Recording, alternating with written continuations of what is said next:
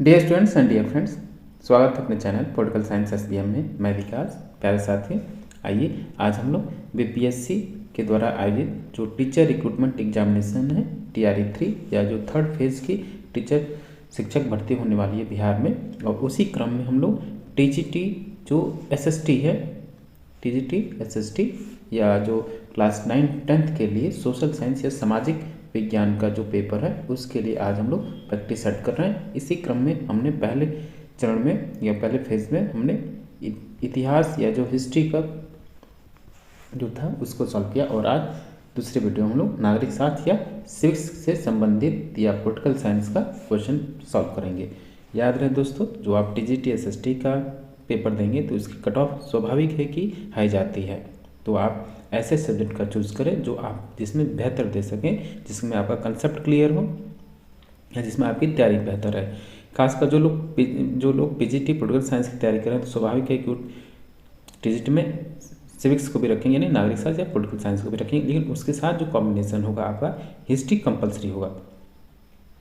तो उन दोनों में से कोई एक आप सॉल्व करेंगे, तो हिस्ट्री या ज्योग्राफी भी ले सकते हैं, जो आपको बेहतर लगे वो ले सकते हैं।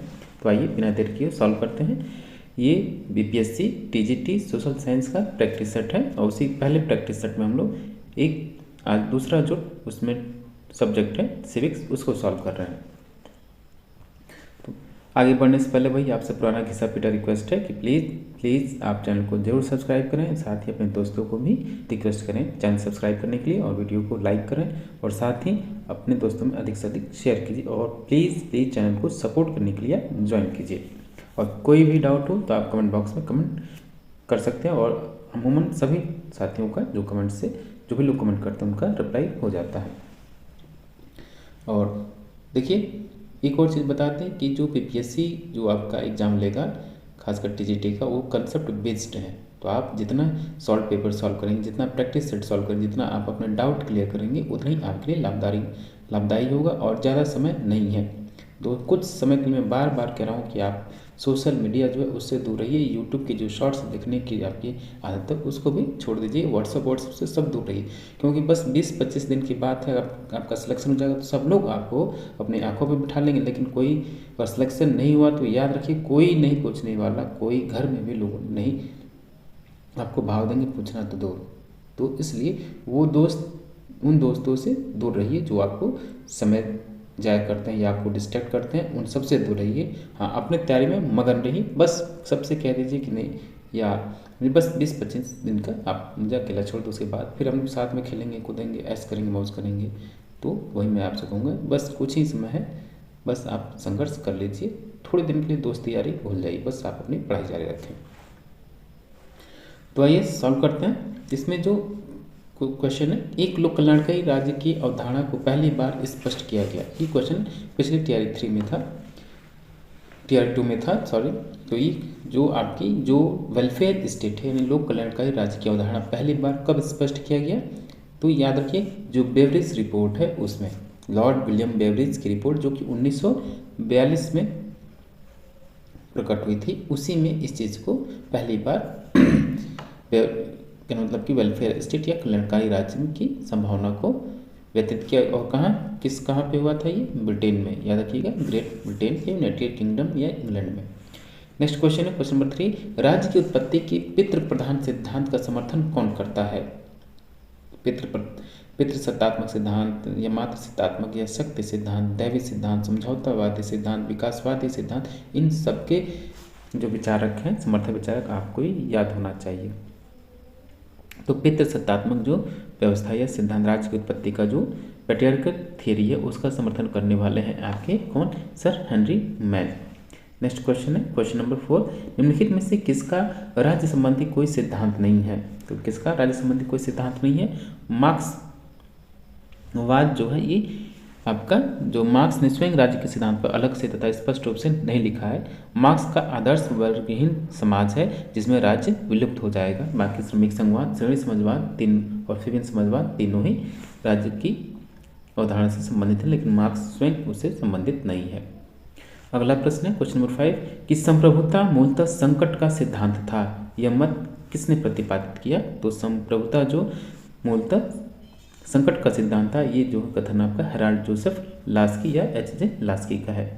क्वेश्चन नंबर 6 है, निम्नलिखित में से किसके द्वारा स्वतंत्रता को सकारात्मक अवधारणा का प्रतिपादन किया गया, यानी जो पॉजिटिव लिबर्टी है उसके पैरोकार कौन हुए? तो आपके याद रखिएगा जे.एस. मिल, ये सकारात्मक स्वतंत्रता का प्रतिपादक है। ऑप्शन ए राइट आंसर होगा। तो अगर स्वतंत्रता का जो सकारात्मक पक्ष है वो ये कहता है कि राज्य को किसी मामले में जो पीछे छूट गए हैं उनकी या उनको समान या स्वतंत्रता प्रदान करने के लिए राज्य को उसमें हस्तक्षेप करना चाहिए, जो ये कि टी.एच. ग्रीन इस सिद्धांत की शुरुआत करता है।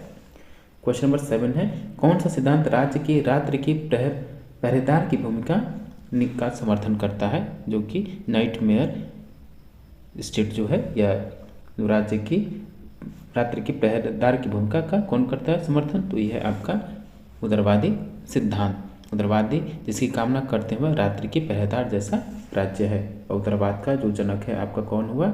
John Locke. क्वेश्चन नंबर 8 है कि निम्नलिखित में से कौन सा एक अध्यक्षात्मक सरकार का लक्षण है? अध्यक्षात्मक सरकार का कौन सा इसमें से लक्षण है? तो ये वो है आपका संविधान की कठोरता। और इसके और गुण जो होते हैं, कार्यपालिका की अवधि निश्चित होती है, कार्यकारिणी शक्तियाँ राष्ट्रपति में निहित होती हैं, या संविधान की कठोरता होती है। ये जैसा कि आप वहाँ अमेरिका की संघीय व्यवस्था में देख सकते हैं। और अध्यक्षात्मक शासन प्रणाली की विशेषता ये है। तो ऑप्शन ए राइट आंसर होगा। क्वेश्चन नंबर 9 है, संविधानवाद की पाश्चात्य अवधारणा आधारित है। तो संविधानवाद की जो पाश्चात्य अवधारणा है किस पर आधारित है? तो आप देख लीजिए ऑप्शन। तो संविधानवाद की जो पाश्चात्य जो वेस्टर्न फिलॉसफी है जो कॉन्स्टिट्यूशनलिज्म की, वो किस पर आधारित है? एक तो आपका विधि एवं अभिसमयों पर है, विधि के शासन पर है, और प्रेस की स्वतंत्रता पर है, और एक राजनीतिक दल के आधिपत्य पर नहीं है। तो 1, 2, 3 यानी ऑप्शन बी राइट आंसर होगा। नेक्स्ट क्वेश्चन है क्वेश्चन नंबर 10 कि निम्नांकित में से संघात्मक शासन व्यवस्था का अधिकृत विद्वान कौन माना जाता है? जो फेडरलिज्म का है उस सिद्धांत का जो पैरोकार, सबसे ज़्यादा पैरोकार कौन हुआ? केसी वेयर। और यही भारतीय जो संघवाद उसको क्या बोलते हैं? सेमी फेडरलिज्म या अर्ध संघात्मक शासन व्यवस्था बोलते हैं। क्वेश्चन नंबर 11 है, किसने कहा कि सार्वभौमिक वयस्क मताधिकार वास्तव में सार्वभौम नहीं है? ये भी बेहद महत्वपूर्ण कोट है। तो ये कहा क्राइस्ट ने। क्वेश्चन नंबर 12 है, निम्नलिखित में से कौन सा एक जीन ब्लॉन्डेल के सामुदायिक दबाव समूह के वर्गीकरण का उपवर्ग है? कौन सा है वो? एक तो बात करते हैं, 4 की बात करते हैं, वो संस्थागत इंस्टीट्यूशनल जो प्रेशर ग्रुप है उसकी उनका एक वर्ग दबाव समूह का जो वर्गीकरण करते हैं उसका एक क्या है आपका संस्थात्मक है। अगला प्रश्न क्वेश्चन नंबर 13 कि जनमत किसी विषय पर लोगों के व्यवहार को संकेत करता है जब वे किसी एक ही सामाजिक समूह के हों। यह विचार किसका है? तो यह विचार जो है आपका किसका है कि लियोनार्ड डब्ल्यू डॉब का है। उनका कहना है कि जनमत मुद्दों पर लोगों की अभिवृत्तियों की ओर संकेत करता है जब वे उसी सामाजिक समूह के सदस्य होते हैं। तो ऑप्शन सी राइट आंसर होगा। नेक्स्ट क्वेश्चन है क्वेश्चन नंबर 14 निम्न में से किस पुस्तक में प्राचीन भारतीय राजनीतिक विचार विस्तार से मिलते हैं? किस पुस्तक में मिलते हैं? तो ये होगा आपका व्यास द्वारा रचित महाभारत, और खासकर जो इसका शांति पर्व है वो उसमें। क्वेश्चन नंबर 15 है, निम्नलिखित में से कौन मंडल का अंग नहीं है? कौन सा मंडल का अंग नहीं है? याद रखिए कौटिल्य तथा मनु दोनों ने वैदेशिक या विदेशी संबंधों हेतु राज्यों का जो चक्र बनाया जिसे मंडल कहा गया, और मंडल में कुल 12 राज्य होते हैं। तो इसमें से कौन सा शामिल नहीं है? तो अब इसमें सामंत शामिल नहीं, बाकी तीनों हैं। क्वेश्चन नंबर 16 निम्नलिखित में से कौन सी इकाई प्राचीन भारत में राज्य प्रशासन से संबंधित थी? तो राज्य प्रशासन से कौन सी इकाई संबंधित थी? तो वो थी जनपद। क्वेश्चन नंबर 17 है, लॉक के अनुसार प्राकृतिक अधिकार क्या है? तो लॉक के अनुसार प्राकृतिक अधिकार क्या है? सार्वभौम नहीं है। क्वेश्चन नंबर 18 है, द्वंद्वात्मक भौतिकवाद शब्द किसके द्वारा प्रयोग नहीं किया गया? किसके द्वारा प्रयोग नहीं किया गया? एक तो मार्क्स के द्वारा किया गया, लेनिन के द्वारा किया गया और स्टालिन के द्वारा किया गया, लेकिन प्लेखनाव के द्वारा नहीं किया गया। तो ऑप्शन डी राइट आंसर होगा। क्वेश्चन नंबर 19 देखिए, डेमोक्रेटिक थ्योरी नामक पुस्तक के लेखक कौन है? ये क्वेश्चन पिछली बार के एग्जाम में आ चुका है। तो क्वेश्चन नंबर 19 जो है, डेमोक्रेटिक जो पुस्तक है उसके लेखक कौन है? तो democratic theory essays in retrieval जो कि 1973 में प्रकाशित हुई, ये पुस्तक आपकी सीबी मैकफरसन की है। और ये याद रखिएगा, इन्होंने स्वतमूलक व्यक्तिवाद यानी पॉजिटिव इंडिविजुअलिज्म के कंसेप्ट से संबंधित है। क्वेश्चन नंबर 20, निम्न में से किसने अनुपातिक समानता का सिद्धांत प्रस्तुत किया? तो अनुपातिक समानता का सिद्धांत प्रस्तुत करने वाले आपके अरस्तु हैं और यही राजनीति विज्ञान के जनक हैं। उनकी फेमस पुस्तक कौन सी है? पॉलिटिक्स। और ये संविधानों का वर्गीकरण करने वाले पहले विचारक हैं।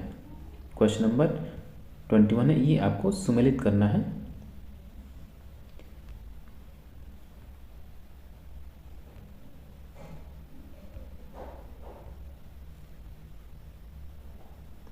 प्राकृतिक अधिकारों का सिद्धांत क्या करता है ये? तो अधिकार जो है प्रकृति से प्राप्त होते हैं, तो ई का डी होगा। अधिकारों का कानूनी सिद्धांत जो है,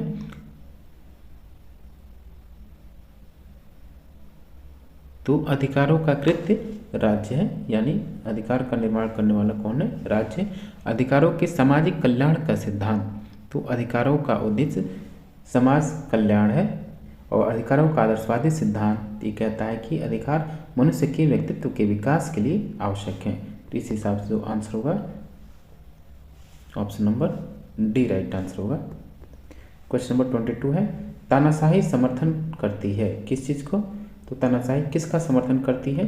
तो जो तानाशाही है वो आपका सत्ता के केंद्रीकरण का समर्थन करती है, जैसा कि हिटलर और मुसोलिनी और माओ। क्वेश्चन नंबर 23, प्राकृतिक अधिकारों के सिद्धांत की पुष्टि की गई है किसमें? तो केवल जॉन लॉक के द्वारा प्राकृतिक अधिकारों के सिद्धांत की पुष्टि की गई है। क्वेश्चन नंबर 24, सहभागी लोकतंत्र के लिए क्या आवश्यक है? तो जो पार्टिसिपेटरी डेमोक्रेसी है उसके लिए क्या जरूरी है? तो उसके लिए जरूरी है कि अनुशासन में नागरिकों को ज़्यादा और सक्रिय भाग लेना। तो ऑप्शन सी राइट आंसर होगा। नेक्स्ट क्वेश्चन है क्वेश्चन नंबर 25। क्वेश्चन नंबर 25 देखिए कि निम्न में से कौन सी एक राजनीतिक उत्तरदायित्व जो है राजनीतिक उत्तरदायित्व को सुनिश्चित करने की युक्ति नहीं है? ये पूछ रहा नहीं है। कौन सी युक्ति नहीं है? तो दबाव से बाकी तीनों के द्वारा राजनीतिक उत्तरदायित्व सुनिश्चित किया जाता है, लेकिन इसके द्वारा नहीं। तो ऑप्शन डी राइट आंसर होगा। अगला प्रश्न देखिए क्वेश्चन नंबर 26 कि नीचे दिए गए अभियोजनों के दो स्थूल प्रकारों पर विचार कीजिए। तो क्या है ये?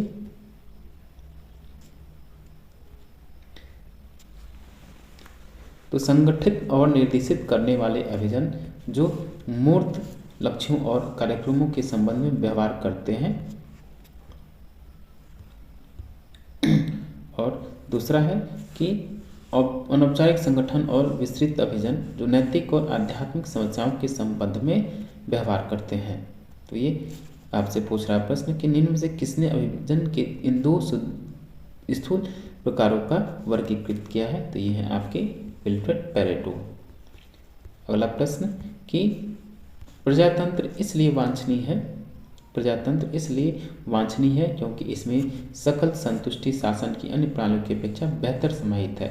यह तर्क दिया गया किसके द्वारा? ये तर्क दिया गया तो ये उपयुक्तवादियों के द्वारा दिया गया। और ध्यान रहे उपयुक्तवाद का जो जनक हुआ कौन? बेंथम। क्वेश्चन नंबर 28, निम्न में से कौन एक संकल्पना नागरिक को प्रजा होने से भिन्न करती है? तो है आपका आज्ञाकारिता। प्रजा और नागरिक में यही अंतर है कि दोनों इसी आधार के आधार पर दोनों में भिन्नता होती है। क्वेश्चन नंबर 29, विधि का शासन जिस प्रकार की समानता को प्रतिस्थापित करता है वह किस प्रकार की समानता है? ये आपसे प्रश्न पूछा गया है। तो है आपकी प्रक्रियागत या प्रक्रियात्मक या प्रोसीजरल जस्टिस की बात करता है। प्रोसीजरल इक्वलिटी की लिबर्टी की बात करता है कौन? विधि के शासन in rule of law. Question number 30 है, लोकसभा को कोई सदस्य सदन का सदस्य बने रहने से निर्हित नहीं होता यदि वह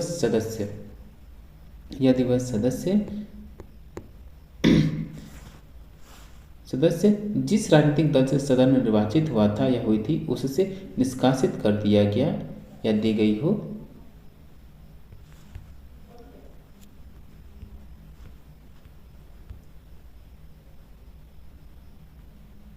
हाँ, तो बी ऑप्शन सही होगा, ये सी नहीं होगा, नहीं डी होगा। क्वेश्चन नंबर आप 31 देखिए, निम्नलिखित में से किस एक को भारत के संविधान की 8वीं अनुसूची में मान्यता नहीं दी गई है।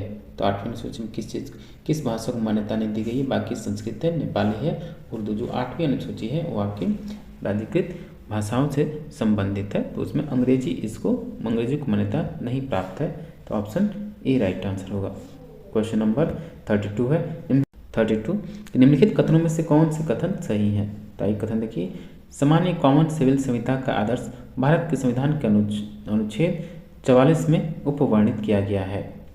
ये कथन आपका सही है। कुछ विषयों में भारत में उच्च न्यायालयों को सर्वोच्च न्यायालय से अधिक विस्तृत शक्तियां दी गई, ऐसा नहीं है, ये गलत है। भारत का सर्वोच्च न्यायालय देश के लिए सर्वप्रथम पूर्ण रूप से स्वतंत्र न्यायालय भारत के संविधान का दिन वर्ष 1950 में स्थापित किया गया। और कब किया गया ये भी याद रखना है, 28 जनवरी 1950। ये डेट आपको नहीं भूलनी है, तो 28 जनवरी कर लीजिएगा इसको, 1950। तो ये कथन सही है, यानी पहला और तीसरा कथन सही है, तो ऑप्शन ए राइट आंसर होगा।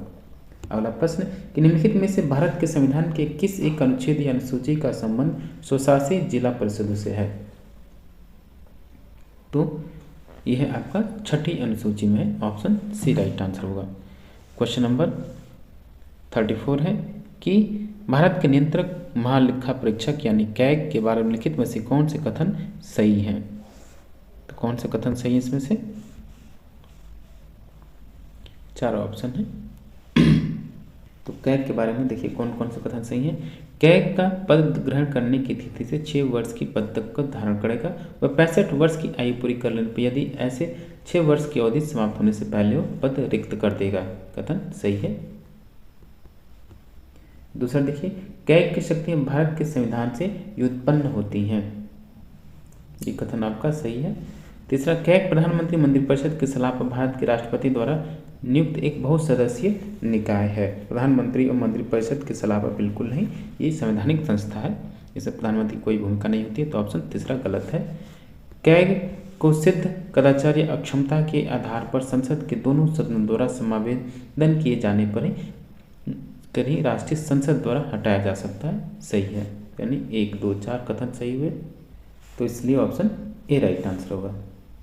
नेक्स्ट क्वेश्चन 35, अनुसूचित जनजाति और अन्य पारंपरिक वनवासी यानी वन अधिकारों की मान्यता अधिनियम 2006 के संबंध में निम्नलिखित में से कौन सा कथन सही है। ये आपको अधिनियम याद होना चाहिए, तो कौन सा सही है इसमें से।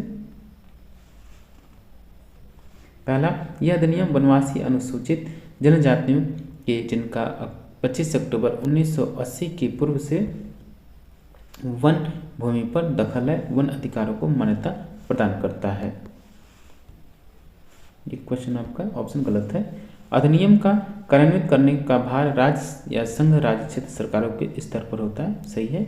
यह अधिनियम वनवासी अनुसूचित जनजातियों और अन्य पारंपरिक वनवासियों को कुछ वन अधिकारों की मान्यता देता है और उसमें निहित करता है, ये कथन आपका सही हुआ, यानी दूसरा तीसरा, यानी ऑप्शन बी राइट आंसर होगा।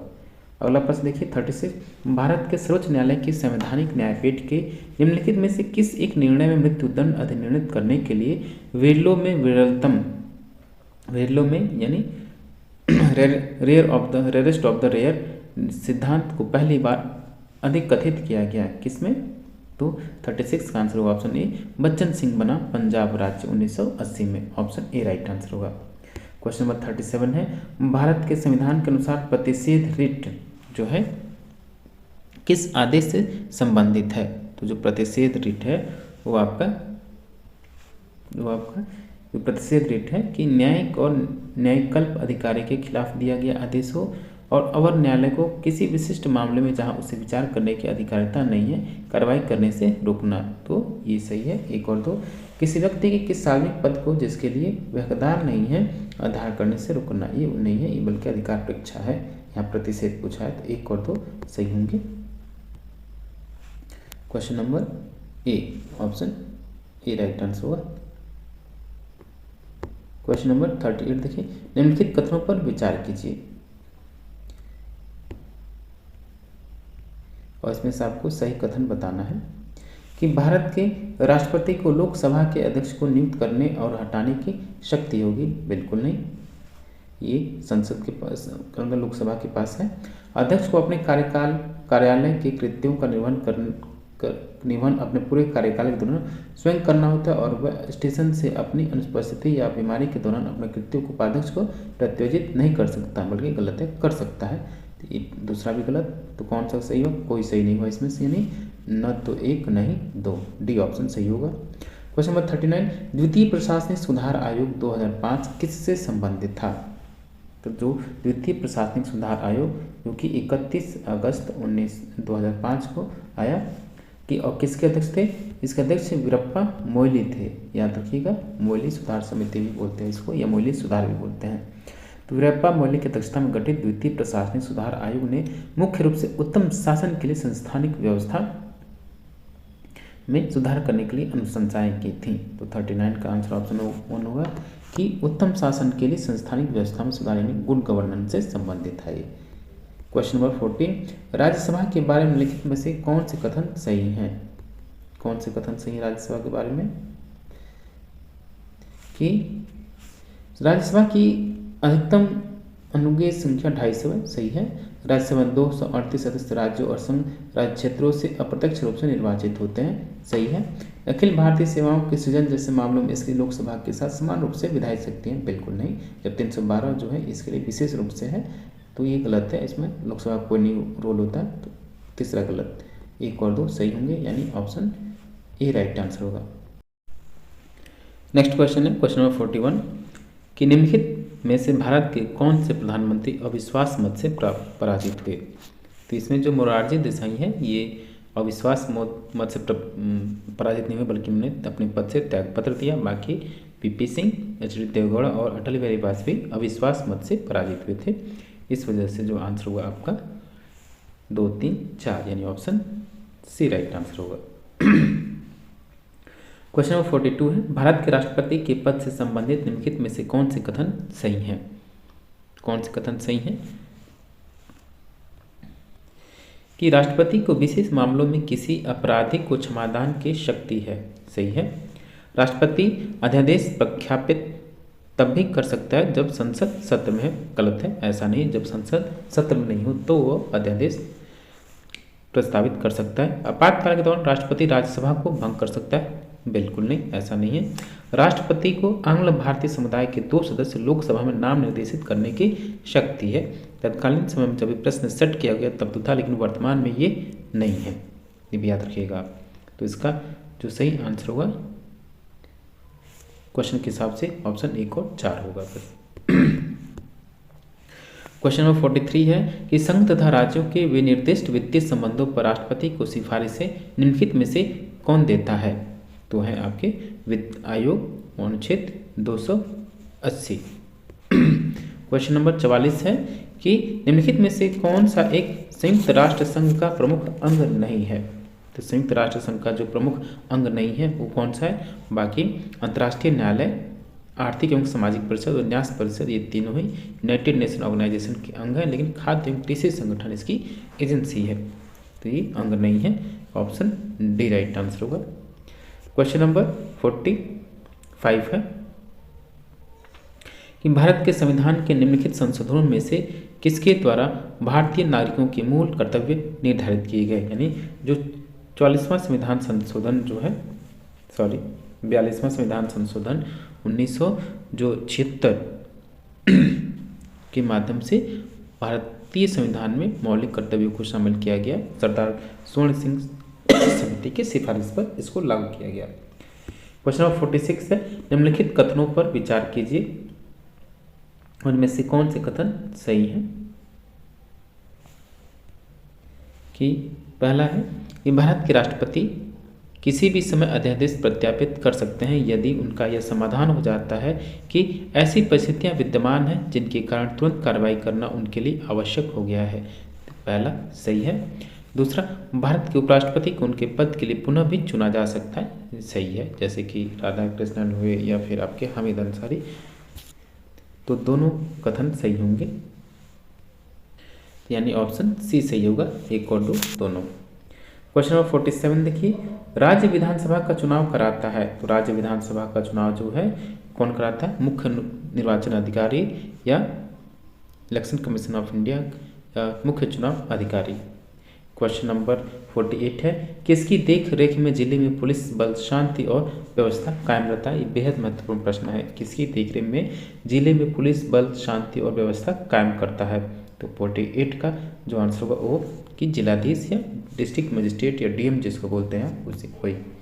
क्वेश्चन नंबर 49, मुख्य लेखा अधिकारी इनमें से किसकी आय व्यय की जांच नहीं करते, किसके आय व्यय की जांच नहीं करते मुख्य लेखा अधिकारी, तो नगर निगम की, बाकी राज्य सरकार, केंद्र सरकार और सरकारी उद्योगों की जांच करते हैं, लेकिन नगर निगम की जांच नहीं करते, तो सी राइट आंसर होगा। क्वेश्चन नंबर 50 है, निम्न में से कौन नौकरशाही की विशेषता नहीं है, तो नौकरशाही की विशेषता कौन सी नहीं है, अक्षमता नहीं है, तो सी राइट आंसर होगा। क्वेश्चन नंबर 51, उदारवाद किसका हित चाहता है, तो उदारवाद जो है धनवानों का हित चाहता है, उदारवाद मानव को उत्पादन, विनिमय, वितरण करने की, कोई भी व्यापार या व्यवसाय करने, अपनी संपत्ति को रखने तथा बेचने आदि की पूरी स्वतंत्रता देता है, जिससे पूंजीवाद को बढ़ावा मिलता है।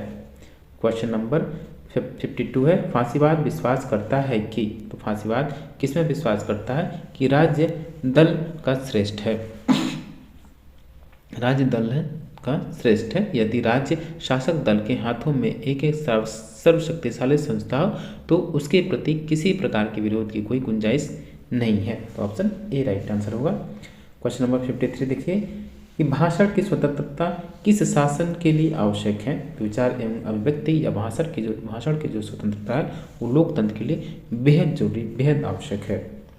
क्वेश्चन नंबर 54, निम्नलिखित में से कौन कल्याणकारी राज्य का समर्थक था, तो कल्याणकारी राज्य का कौन सा इसमें से समर्थक है, तो यह है आपके जवाहरलाल नेहरू। क्वेश्चन नंबर 55 है, भारतीय संविधान के अनुसार संसद की बैठक एक साल में कम से कम कितनी बार होनी चाहिए, तो भारतीय संविधान के अनुसार एक वर्ष में संसद की बैठक कम से कम 2 बार अवश्य होनी चाहिए, क्योंकि दोनों सदनों बैठक क्या मतलब 2 बैठक संसद की जो बैठक 2 बैठकों में कम 6 माह का अंतराल नहीं होना चाहिए, यानी 2 बार तो अवश्य ही होना चाहिए। जैसे भारतीय संविधान के अनुसार संसद की बैठक एक साल में कम से कम 2 बार अवश्य होनी चाहिए, जिसमें 6 माह का जिससे ज़्यादा का अंतराल न हो।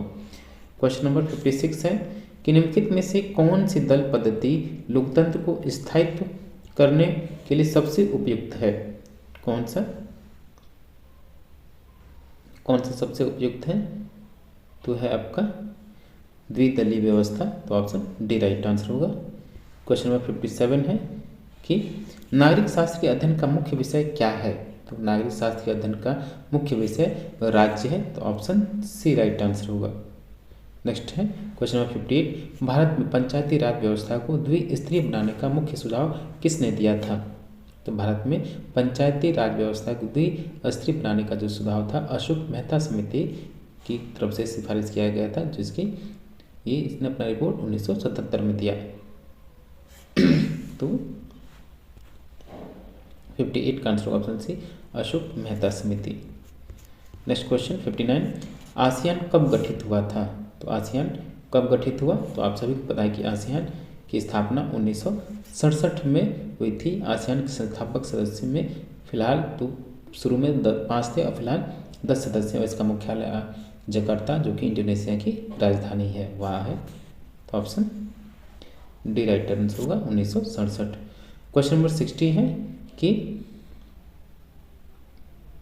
भारत में राष्ट्र संविधान सभा का निर्माण किस योजना के अंतर्गत हुआ, तो भारत में संविधान सभा का जो निर्माण है वो आपका किसके द्वारा हुआ, मंत्रिमंडल आयोग या कैबिनेट मिशन के द्वारा हुआ, तो ऑप्शन ए राइट आंसर होगा। तो डियर स्टूडेंट्स, ये था आपका बीपीएससी के लिए TRE 3 का जो एग्ज़ाम चलने वाला है अब मार्च से, यानी जो TRE फेज़ 3 है, ये 3rd राउंड के टीचर रिक्रूटमेंट एग्ज़ाम के लिए 9th 10th क्लास के लिए SST सोशल साइंस का मॉडल पेपर या प्रैक्टिस सेट, आप इसको सॉल्व करें। और ये था आपका जो पेपर है सिविक्स का या नागरिक शास्त्र या पॉलिटिकल साइंस कहें, आप पॉलिटी कहें, जो भी कहें, उसका प्रैक्टिस है, जिसमें 60 महत्वपूर्ण प्रश्नों की विवेचना की, जिसको देखा आप इसको अच्छे से देखिए। इससे पहले हमने हिस्ट्री को सॉल्व किया था और नेक्स्ट वीडियो में हम लोग ज्योग्राफी को सॉल्व करेंगे। Thank you for watching. मिलते हैं आपसे नेक्स्ट वीडियो में।